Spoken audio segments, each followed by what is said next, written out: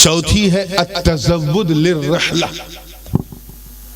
التزود للرحلہ یعنی سفر آخرت کی تیاری کرنا.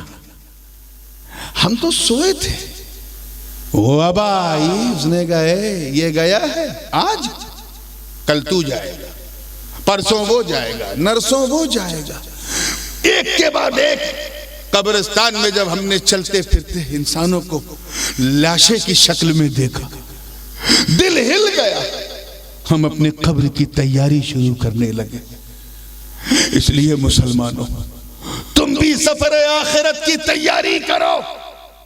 ایسا نہ ہو کہ جذبات کے رو میں آ کے کچھ ایسا یہاں کر دو کہ نہ یہاں کے رہو نہ وہاں کے رہو. آخری سفر ہے یہ، قبر کا سفر ہے. قبر کے 3 سوال اللہ کے رسول نے پہلے بتا دیے. ان کے کیا ہوں گے جواب، یہ بھی حضور نے بتا دیا. ہمیں صرف کوسچن آؤٹ ہو جائے اسکول میں تو فیصدی اسٹوڈنٹ بھی پاس ہو جاتا ہے. یہاں تو کوسچن آنسر دونوں آؤٹ ہے. من ربوں کا کہا جائے تو کہنا ربی اللہ، ما دینوں کا کہا جائے تو کہہ دینا دینی الاسلام، ما کنت تقول فی شأن هذا الرجل کہا جائے تو کہہ دینا هذا نبینا محمد. ہمیں سوال بھی بتا دیا اللہ کے رسول نے، ہمیں جواب بھی بتا دیا. اب سفر آخرت کی تیاری میں لگ جاؤ. سچے نمازی بن جاؤ، دین کے غازی بن جاؤ، مولا کے در کے حاجی بن جاؤ. ایسے مسلمان بنو کہ جب تم سڑک پہ چلو تو تمہیں دیکھ کر دنیا کہے ارے جب مرید کا یہ حال ہے تو پھر اس کے شیخ الاسلام کا حال کیا ہوگا.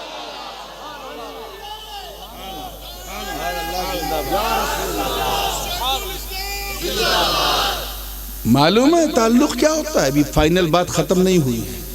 حضرت سرکار سیدنا محمود الموصلی رحمت اللہ تعالی علیہ بغداد کے قریب میں کہیں یا عراق میں کسی جگہ پہ، ذرا مجھے یاد نہیں آ رہا، لیکن عراق میں کہیں قریب میں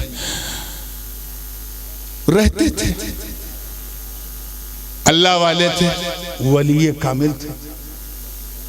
جوک در جوک لوگ ان سے مرید ہوتے تھے. 10,000 کی تعداد میں ان سے لوگ بیعت ہو گئے. کتنے؟ 10,000. اب جو بادشاہ تھا اسے تکلیف ہونے لگی، یار یہ کیا، یہ سب رعایا میری ہیں، پرجا میری ہیں، ٹیکس مجھے دیتے ہیں، میں ان کی مدد کرتا ہوں، ان کے مرنے جینے میں میں کھڑا ہوتا ہوں، میں ان کا لیڈر ہوں، ان کا سلطان ہوں. اور یہ قلندر فقیر آیا، اس نے میرے سارے رعایا پہ چھاپا مار دیا. سب کے دلوں پہ حکومت، کھاتے میری ہیں گاتے اس کی ہیں. یہ جیلسی پیدا ہونے لگی. کسے؟ بولیے. اسی راجہ کو خواجہ سے جیلسی ہو گئی. خیر وزیر نے آگے کہا کچھ کرنا پڑے گا، نہیں تو مجھے ڈر ہے کہیں آپ ہی مرید نہ ہو جائیں اس سے. ایسا تو ہو ہی نہیں سکتا، یہ سب کیسے ہو سکتا ہے؟ لیکن بڑا اس کی آنکھوں میں تسخیر ہے، جو اسے دیکھتا ہے اس کا ہو جاتا ہے. لیکن تو کیا کیا جائے؟ کہ کچھ ایسا کرتے ہیں کہ سانپ بھی مر جائے لاٹھی بھی نہ ٹوٹے. لیکن وہ کیا کہ ایسا سوال کرو کہ یہ جواب نہ دے پائے اور اس کو چھوڑنا پڑے ہماری ریاست کو. قاضی شہر کو بلایا گیا کہ آپ کوئی سوال کیجئے گا. قاضی صاحب آئے بھاگتے ہوئے، پیر صاحب کو سامنے رکھا گیا، بیٹھایا گیا کہ یہ بتائیے آپ کے کتنے مرید ہیں؟ انہوں نے کہا تقریباً 10,000.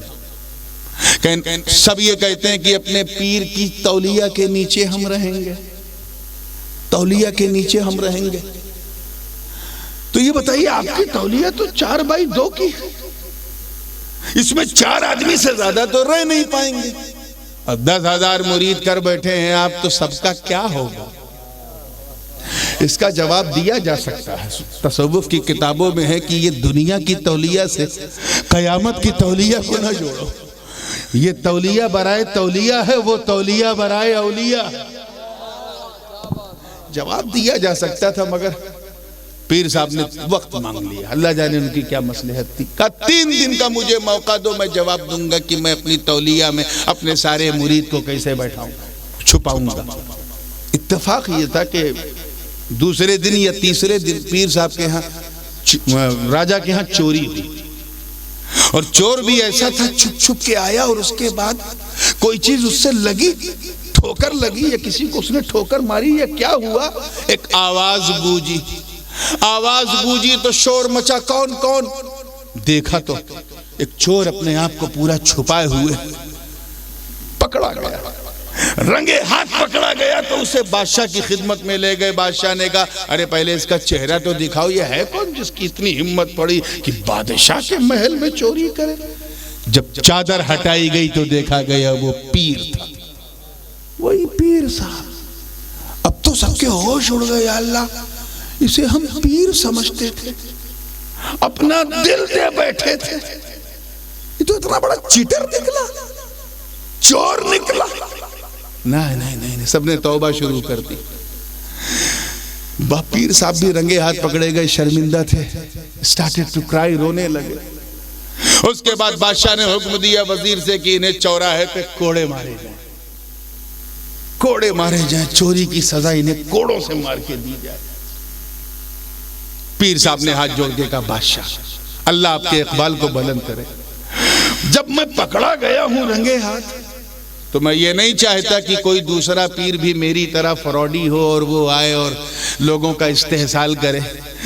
مجھے اپنے گناہوں پہ پچھتاوا ہے، میں رب کی بارگاہ میں گڑگڑاتا رہوں گا، اس لیے میری خواہش یہ ہے کہ مجھے میرے مریدوں کے سامنے کوڑے مارے جائیں، مریدوں کے سامنے کوڑے مارے جائیں۔ اچھا ٹھیک ہے، تو چوکڑی پہ پیر صاحب کو کھڑا کیا گیا، چاروں طرف سے بانس بلی لگا دی گئی، جلاد ہاتھ میں کوڑا لیے۔ اب مرید لوگ جو تھے وہ تھو تھو کر رہا ہے، تھو تھو، اتنا بڑا چٹر، کوئی ٹماٹر سے مار رہا ہے، کوئی آلو سڑے آلو سے، کوئی انڈے سے، جس کو جو مل رہا ہے اسی سے پیر صاحب کی ٹھوکائی شروع۔ پیر صاحب مارے شرمندگی کے سر نہیں اٹھا رہے۔ اسی بیچ راجا نے حکم دیا کہ کوڑے مارے جائیں۔ پہلا کوڑا پڑا تو بوڑھے تھے بیچارے، چیخ نکل پڑی، دوسرا کوڑا پڑا تو آہ نکل پڑا، تیسرے میں تو کھال باہر آ گئی، خون نکلنے لگا، چوتھا کوڑا پڑا تو پیر صاحب بے ہوش ہو گئے، آنکھ غش کھا گئی۔ اتنے میں دیکھتے کیا ہے کہ اسی مجمع سے 3-4 لوگ مجمع چیرتے ہوئے آئے اور اپنے پیر کے سینے سے چپک گئے اور کہا اے بادشاہ، میرا پیر چاہے جیسا ہو، چاہے جواری ہو، چاہے شرابی ہو، چاہے کبابی ہو، چاہے لوفر ہو، چاہے چور ہو، ہم کیسے اپنے دل کو منائیں؟ ہم نے تو اپنا دل اپنے پیر کو دے رکھا ہے۔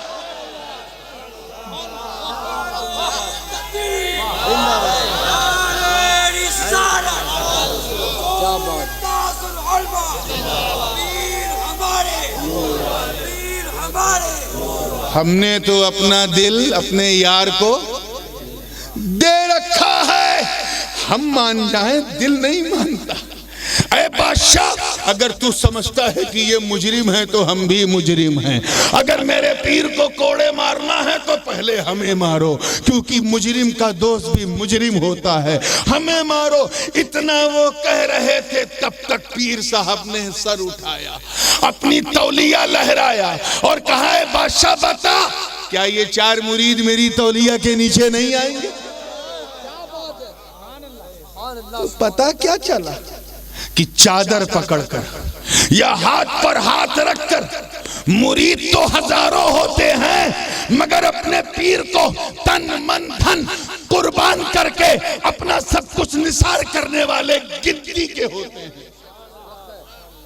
تو اس لیے یہ نہیں دیکھنا چاہیے کہ کون کیا کہہ رہا ہے، یہ اتنی پیاری نسبت ہے، یہ دیکھنا چاہیے میرا دل کیا کہہ رہا ہے، اور دل اگر میرے یار کے قبضے میں ہے تو بس اسی پہ ناز کرنا چاہیے۔